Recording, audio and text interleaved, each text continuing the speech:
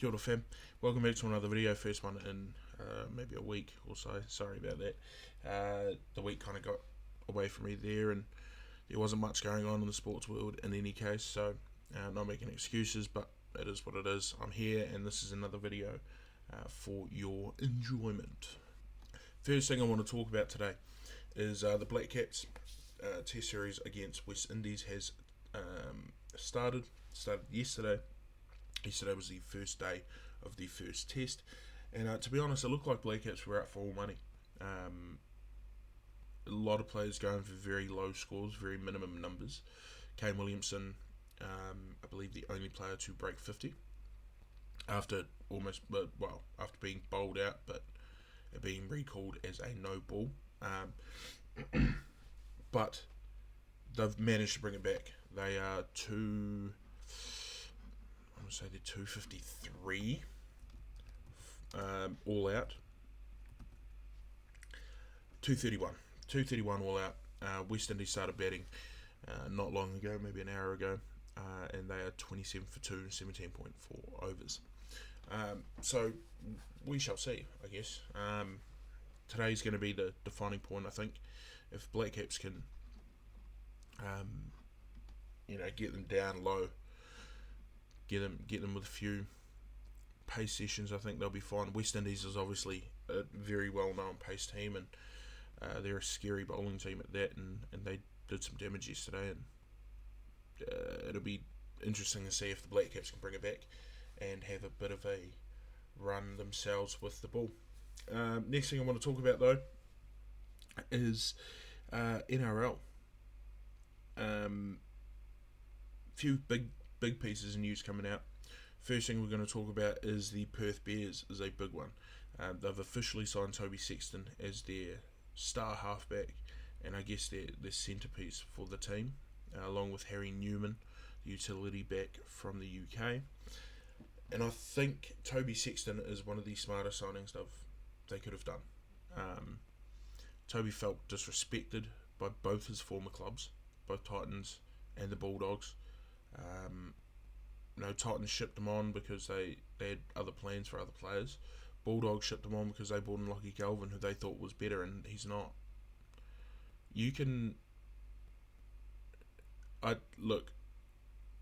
I'll say this. If you think Lockie Galvin is better than Toby Sexton, I don't know what to tell you. You're living in a fantasy world. Lockie Galvin's a good player, don't get me wrong. He's a very good player, but he is a me sort of player. Toby Sexton is a we player that you need in a team like the Bulldogs, like Titans. We saw what the me player got out at West Tigers. Lockie Galvin got shipped on because he was all about himself. And that happens. That it is what it is. But if you as a club, i.e. the Bulldogs, are going to sign him on and think he's the sort of player we need, then so be it. But don't expect results. Don't expect something better than what you had. Right? Toby Sexton was a key piece in the success in the first half of the NRL season last year for the Bulldogs. And all of a sudden, shockingly, they started losing multiple games. The big difference is Lockie Galvin was in that squad and Toby Sexton wasn't. And I think you'll find Toby Sexton came back for 2 games at the latter end of the year before going over the Catlins Dragons. And they won both those games pretty comfortably off the back of Toby Sexton. Hate to break it to you, but Toby Sexton is head and shoulders above Lockie Galvin. And I'll go out on my shield on that one. But regardless, Toby Sexton has officially signed for the Perth Bears coming in 2027, and I'm super stoked for him. I think a key piece of that team is what he needs, is what he deserves, and I genuinely believe he will be an incredible leader of that team. He's 24, but gosh, he's a good player. If you can't tell I like him, get your head checked. Anyway, yeah, Harry Newman, the utility back, coming in as well. He has officially been signed, as well as Luke Smith and Mali Batungani, maybe? Yeah, Batungani. They're both in officially. Another one I want to talk about is, as a backseat Warriors supporter, I guess, Freddie Lussick has gone over to Penrith Panthers. He's been granted an early release from his Warriors contract, which I think brings in more of an involvement for the likes of Sam Healey, which is incredible. We've seen what he was capable of last year. A few games that he played in first grade, and he did perfectly fine. I think he was a suitable replacement for Wade Egan when he went down a few times. Other thing is Nelson Asofa-Solomona. It was originally rumoured that he was going to go to R360 after being granted an early release from his contract at Melbourne. In fact, it wasn't an early release, apologies. It was just a release. And that looked like that was it for all money, right? That looked like that was that was going to be the case. He was going to go make a bunch of money and then, I guess, retire or anything. But it has since been confirmed. I think it was confirmed yesterday morning, as of the time of filming this, that he is in fact chasing a full-time career in boxing.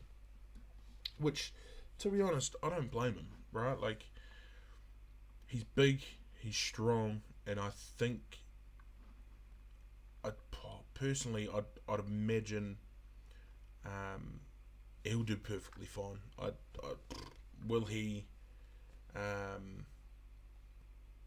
win heavyweight championships against the likes of Anthony Joshua? No, but he'll win some Oceania championships. I think he's strong, he's big.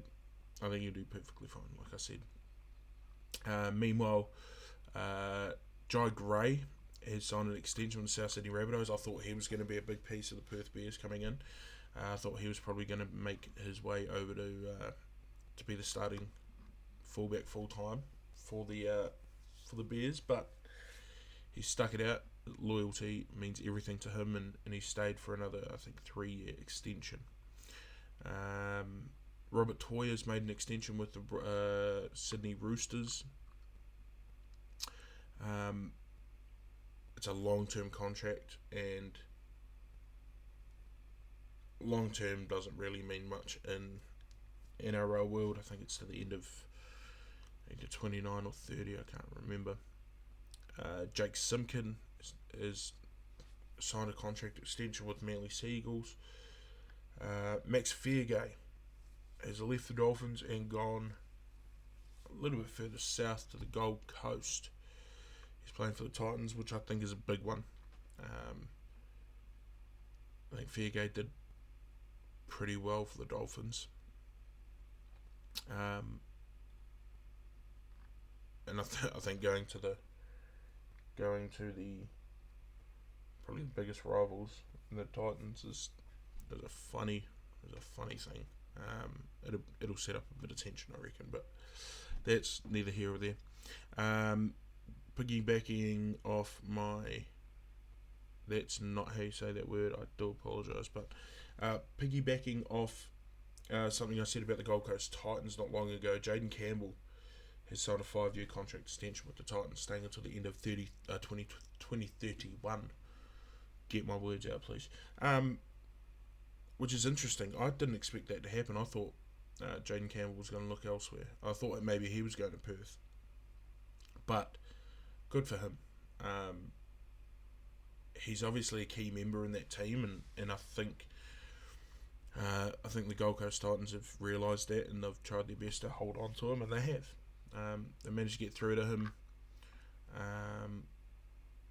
Debuted in 21, and he's officially in the halves, and he looks like he's enjoying his footy there. So good for him. Harry Grant has signed on to the end of 28 for the Storm, and James Tedesco and Josh Adokar have both signed on until the end of 27 for their respective clubs, both Roosters and Eels. Any other big news coming out of the signings?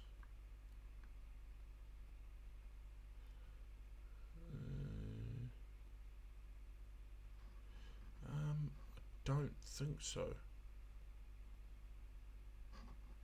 Oh, R360. Oh, there's a big one we're going to talk about. Ryan Papenhuyzen and Zach Lomax. Well, R360's in a bit of strife. 9 months away from their debut season, and it's all gone up in smoke already. They've delayed the start to 2028. They've pushed it back 2 years, and there's not much anything can do about it. Right? There's nothing anyone can do about it. Apologies. Peter V'landys has gone on record publicly and said that he is welcoming both Zach Lomax and Ryan Papenhuyzen back to the NRL in light of the news about R360 being delayed to start. And I think Peter V'landys is a very, very, very smart man in this case. I think telling those boys that they weren't welcome back would have just kind of been like, meh, like he told them not to go and they went. That's life, right? But welcoming them back on public record is, I think, one of the most low-key domination moves of 2025. I think it's incredible. He's gone on record and said it, and he said it publicly, and now he's kind of asserted dominance over R360 before it's even began, and it's very, very funny to me. I think he's done it very, very well. Again, it's very subtle. It's very, very subtle. But regardless, that is all. That's all for today's video. Guys, look, I really want to thank you guys for the support, both on social media and in person. If you know me, you know I struggle with this sort of thing, but yeah, I appreciate all the support, all the words of advice. Really does mean a lot, guys. I appreciate it so much. Look, if you enjoyed this video, please remember to leave a like. If you disliked it, tap it twice to make sure I know. Hit that subscribe button. Turn the bell notification on too, because who doesn't want to see all these videos, bro? Leave a comment down below if you want to see any more content. If there's anything you want me to cover, I'll be more than happy to. Yeah, go follow at BKSports on Instagram. Yeah, thanks again, guys. I'll see you in the next one. Peace.